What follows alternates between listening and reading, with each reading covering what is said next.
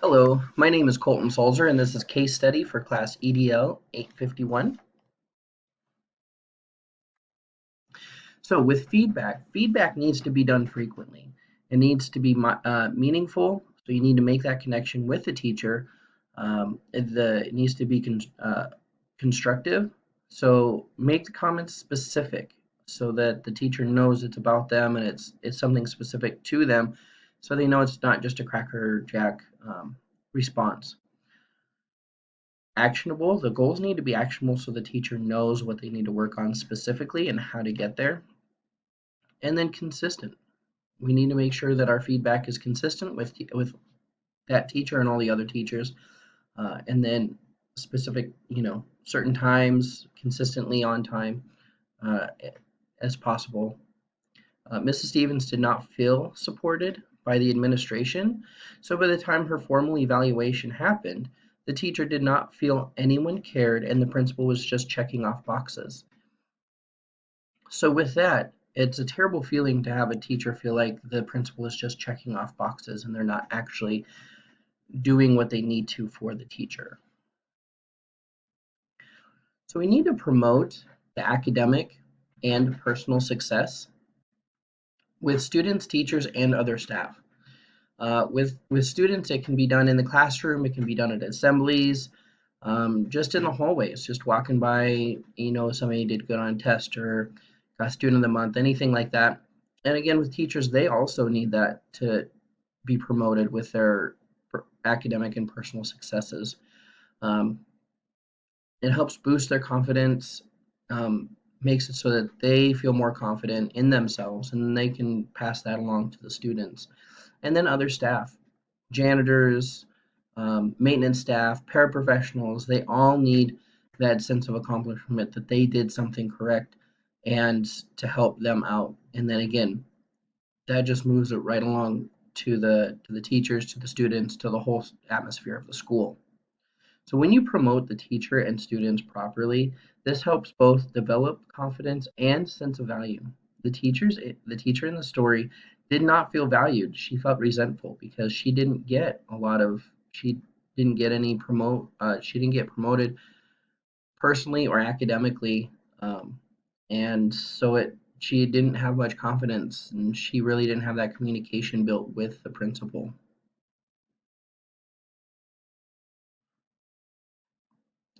When it comes to formal and informal assessments, a formal assessment is to watch and observe the teacher.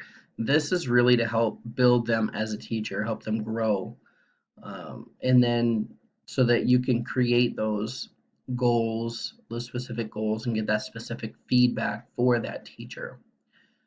Informal is just so that, a snapshot of something to look for during the formal observation, to see how they do something, why maybe they do something.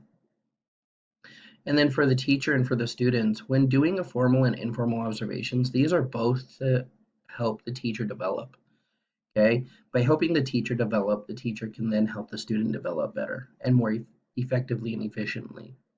So Mrs. Stevens did not seem to have regular evaluations and feels the school needs to implement a system of supervision. She even mentioned in the story that she didn't get any information from her supervisor.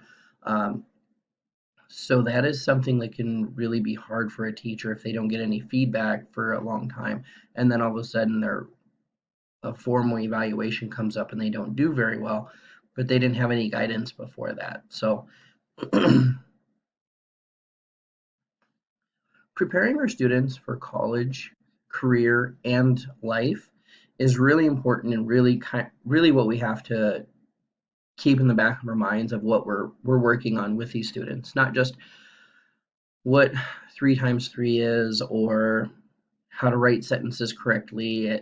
I mean, all of that prepares them for life, okay, for the rest of their school career, their college, their um, professional career, and life in general.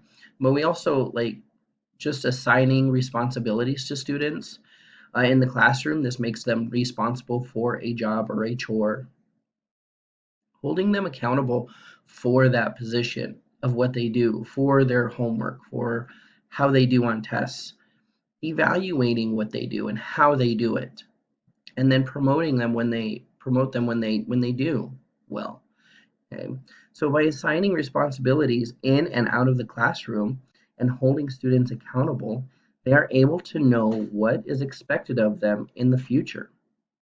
Then evaluating their performance on assignments and with the responsibilities, they can feel accomplished when they do a good job, and how to accept feedback by not taking it personally. So that's another really big thing we have to work with our students, is getting feedback, how to accept feedback and not shutting down if something is corrected. Like if they, are told they could do something differently, making a mistake, just like making a mistake on a test. It's not terrible to make a mistake. We just need to learn from it. But those are huge items that we work with our students. Influencing student achievement, we need to make sure that we give our students a supportive environment so that they know they're not working alone, an engaging environment so that they talk uh, about stuff that they need to be talking about, and that helps them comprehend and helps them retain the information. A challenging environment is really important, because if the student's not challenged, they're really not learning. A safe environment is really important so they know they can make a mistake and it's okay. And then a nurturing environment so that they know how to get the information they need. All of these help students know they are not alone and not a failure for getting an answer wrong. Sources of teacher evaluations. So communication is really important. Communication with the teachers, communications with the students. Professionalism is another big one. How the teacher presents themselves in a serious situation and not so serious situation.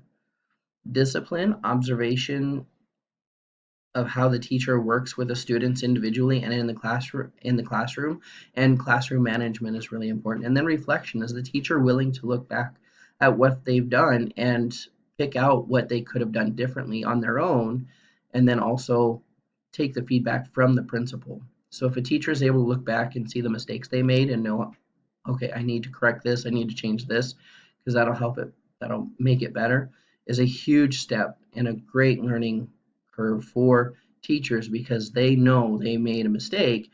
They're not mad about it, they just know it needs to change. In this case study, Mrs. Stevens did not seem to want to change. It did not appear that she was willing to act professional, communicate with the principal, or reflect on her classroom management. So she didn't think she did anything wrong. It was all the students and the supervisors and the principal for not doing their job. Where the Mrs. Stevens could have looked back and said, I could have done this, I should have done this. This is something I need to work on. The responsibilities of a principal for helping a teacher to become more effective.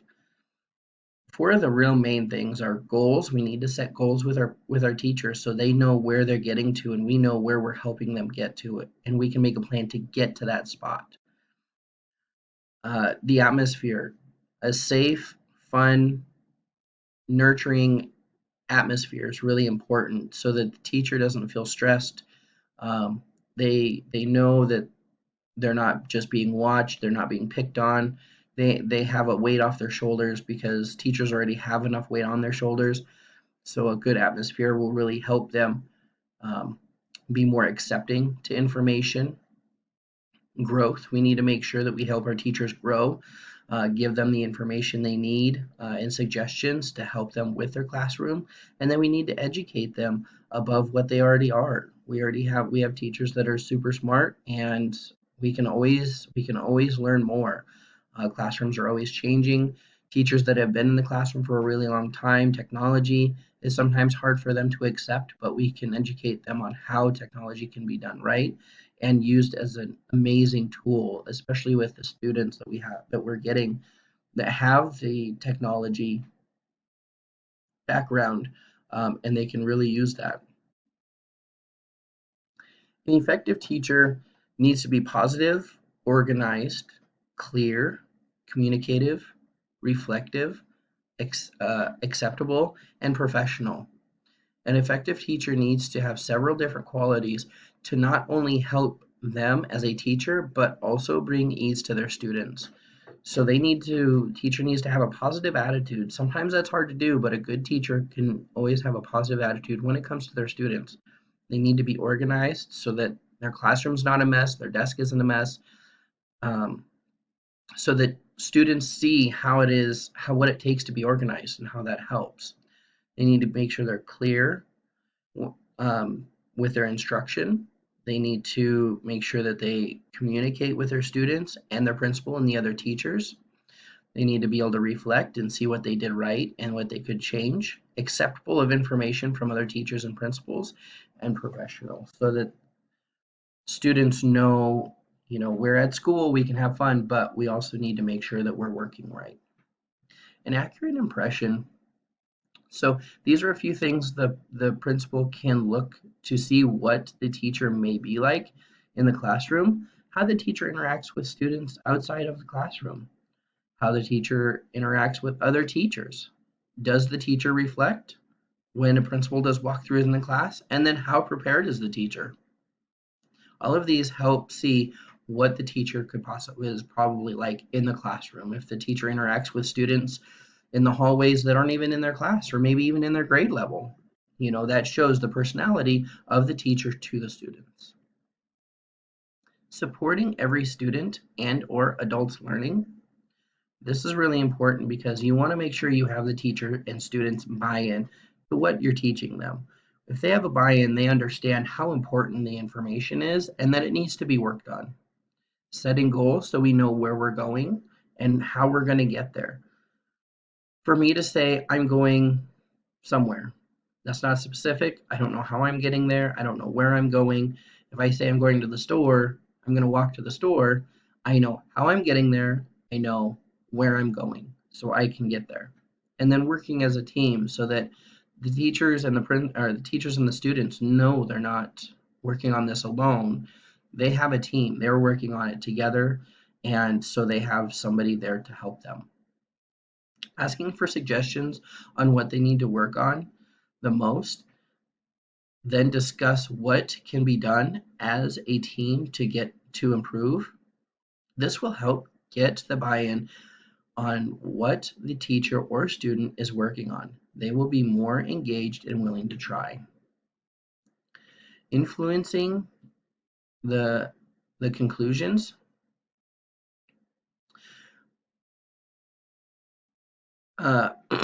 Sorry.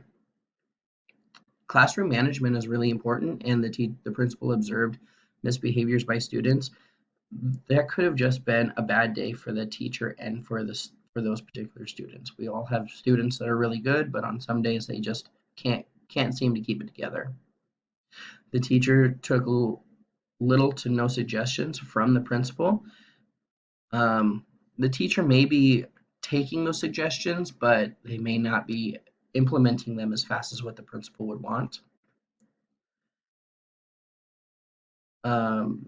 Insubordination, the teacher could have handled the situation better and been more willing to communicate with the principal. The teacher may have just been overwhelmed and needed a vent. If the communication is not there between the principal and the principal may not know there's a lot going on with the teacher and they need to talk. And then stepping away and giving it some time, the teacher should have stepped away and set another time so they could think about what the principal was saying, and then come back after they've had time to think about it. Inspire staff and influence student achievement. By inspiring staff and influencing student achievement, you will create an exciting atmosphere, promote learning, build confidence, create leaders, and promote good character. That way the students can see what it's like to be a good person. And then being in administration is really important. You make a lot of mistakes. It's really a maze, you're learning on the fly, but in the end you can keep in mind the successes that you've gained, because there's a lot out there to learn and promote. So it's an exciting education